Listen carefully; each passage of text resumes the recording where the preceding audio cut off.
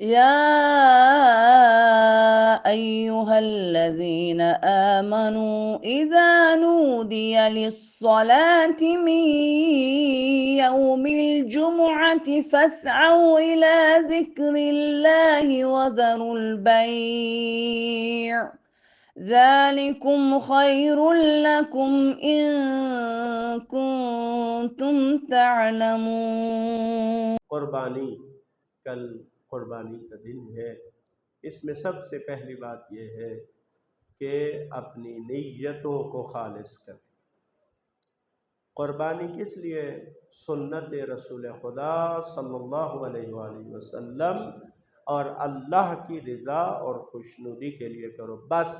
اس کے علاوہ کوئی اور نیت، کوئی اور ارادہ آپ کی قربانی کو ضائع کر دے گا، اور اس کا فائدہ سوائے پیسے کے نقصان کے اور کچھ نہیں ہوگا۔ بس نام و نمود کے لیے، دوسروں پر اپنی برتری جتانے کے لیے، بچوں کو خوش کرنے کے لیے، یا لوگوں کی باتوں سے بچنے کے لیے کہ لوگ کیا کہیں گے انہوں نے قربانی نہیں کی، یہ تمام خیالات کو اپنے دلوں سے نکال کر سنت رسول خدا صلی اللہ علیہ وآلہ وسلم پر عمل کرتے ہوئے اللہ کی رضا اور خوشنودی کے لیے قربانی کرے۔ انشاءاللہ خدا آپ کی قربانیوں کو قبول فرمائے گا۔ قربانی کی جو فضیلت اور اہمیت ہے، اس کے بارے میں جلدی سے 2-3 حدیثیں میں نے نوٹ کی ہیں، وہ آپ کی خدمت میں عرض کر۔ امام محمد باقر علیہ السلام نے فرمایا: الاضحیۃ واجبۃ علی من وجد من صغیر او کبیر وہی سنت۔ امام نے فرمایا کہ قربانی ہر اس شخص پر لازم ہے، یعنی مؤکد ہے، تاکید ہے، جو پائے، یعنی جس کو میسر ہو، جس کے پاس پیسہ ہو قربانی کرنے کا، ہر اس شخص پر لازم ہے، چاہے وہ چھوٹا ہو یا بڑا ہو۔ فرماتے ہی ہے سنت۔ ایک شخص نے امام جعفر صادق علیہ السلام سے قربانی کے بارے میں پوچھا، آپ نے جواب میں فرمایا: ہوا واجب علی کل مسلم الا من لم یجد، کہ یہ ضروری ہے ہر مسلمان کے لیے مگر یہ کہ جو اس کو نہ پائے، یعنی جس کے پاس پیسہ نہیں ہے یا جانور نہیں ہے، وہ اگر نہیں پاتا تو اس کے علاوہ جس کے پاس قربانی کے پیسے ہیں اور وہ کر سکتا ہے، اس کو ضرور کرنی چاہیے۔ سائل نے پوچھا کہ اپنے اہل و عیال کے بارے میں کیا حکم ہے؟ یعنی اگر انسان کر سکے تو گھر کے جتنے افراد ہیں ان سب کی طرف سے قربانی کرنا چاہیے۔ اگر کر سکتا ہے گھر کے تمام افراد کی طرف سے بھی قربانی کرنی چاہیے۔ تو اس نے پوچھا کیا حکم ہے؟ فرمایا اگر چاہو تو ان کی طرف سے بھی قربانی کرو، اگر تمہارے وسائل نہیں ہیں، نہیں کرنا چاہتے تو بھی کوئی حرج نہیں ہے، لیکن اپنی طرف سے قربانی کو ہرگز ترک نہ کر۔ اگلی روایت آپ سنیں گے۔ شیخ صدوق علیہ الرحمہ نے جناب بی بی ام سلمہ رضی اللہ تعالی عنہا کے بارے میں روایت کی ہے کہ وہ پیغمبر اکرم صلی اللہ علیہ وآلہ وسلم کی خدمت میں تشریف لائیں اور آ کر کہنے لگیں کہ اے رسول خدا، عید قربان آ رہی ہے اور میرے پاس قربانی کے پیسے نہیں ہیں۔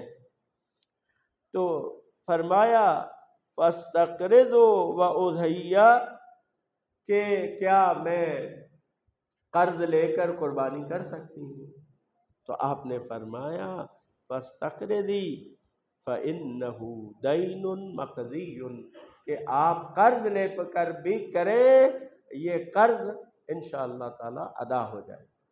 ٹھیک ہے، یہ روایت بھی، تو یہ اس کی اہمیت پر جو ہے وہ دلالت کرے۔ اب دیکھیں رسول خدا صلی اللہ علیہ وآلہ وسلم رؤوف و مہربان تھے۔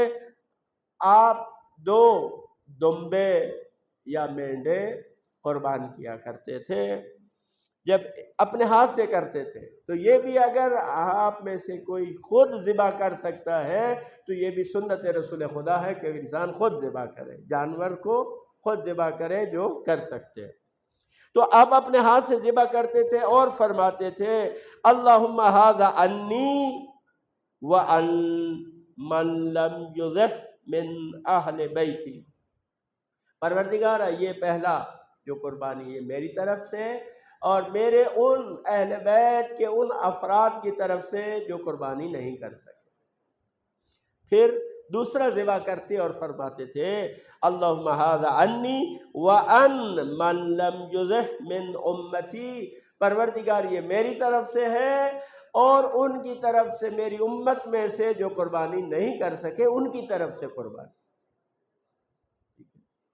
تو آپ کسی کے لیے بھی قربانی کسی کی طرف سے بھی کر سکتے ہیں، حتی آپ رسول خدا کی طرف سے بھی قربانی کر سکتے ہیں۔ جن کے پاس اگر گنجائش ہے تو وہ ایک قربانی رسول خدا کی طرف سے کرے، ائمہ علیہ السلام کی طرف سے کرے، امام زمان علیہ السلام کی طرف سے قربانی کر سکتے ہیں، کیونکہ آگے روایت ہے کہ امیر المومنین علیہ السلام ہر سال ایک مینڈھا یا دمبا رسول خدا صلی اللہ علیہ وآلہ وسلم کی طرف سے قربانی کرتے تھے۔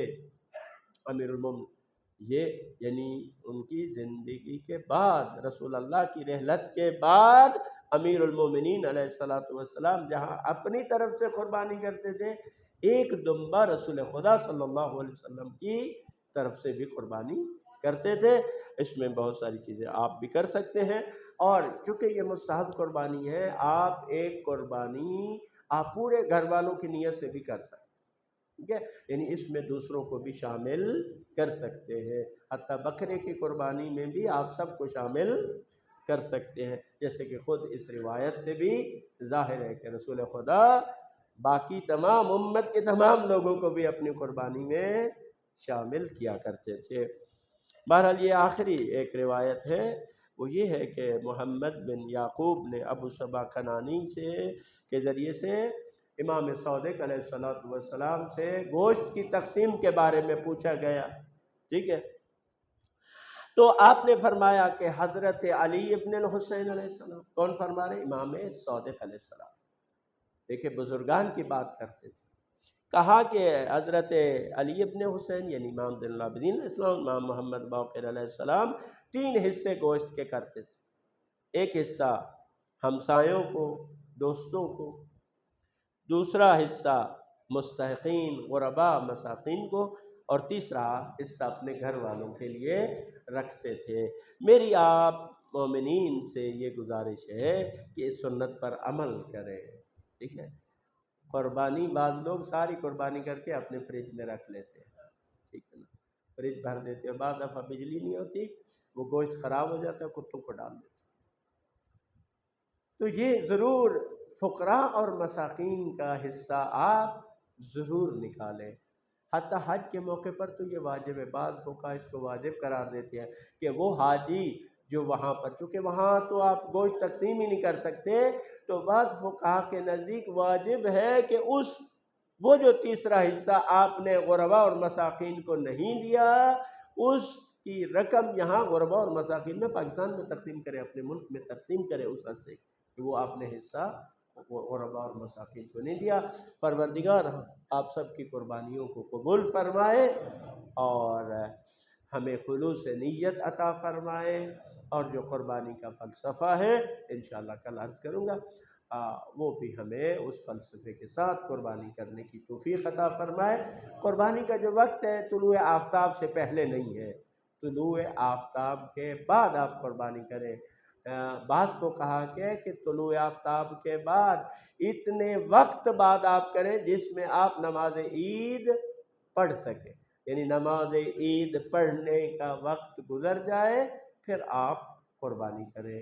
اللہ تعالی ہم سب کو نیکیوں کی توفیق عطا فرمائے، اور یہ عید کی جو خوشیاں ہیں پروردگار عالم تمام عالم اسلام کو نصیب فرمائے، آپ تمام مومنین کو نصیب فرمائے۔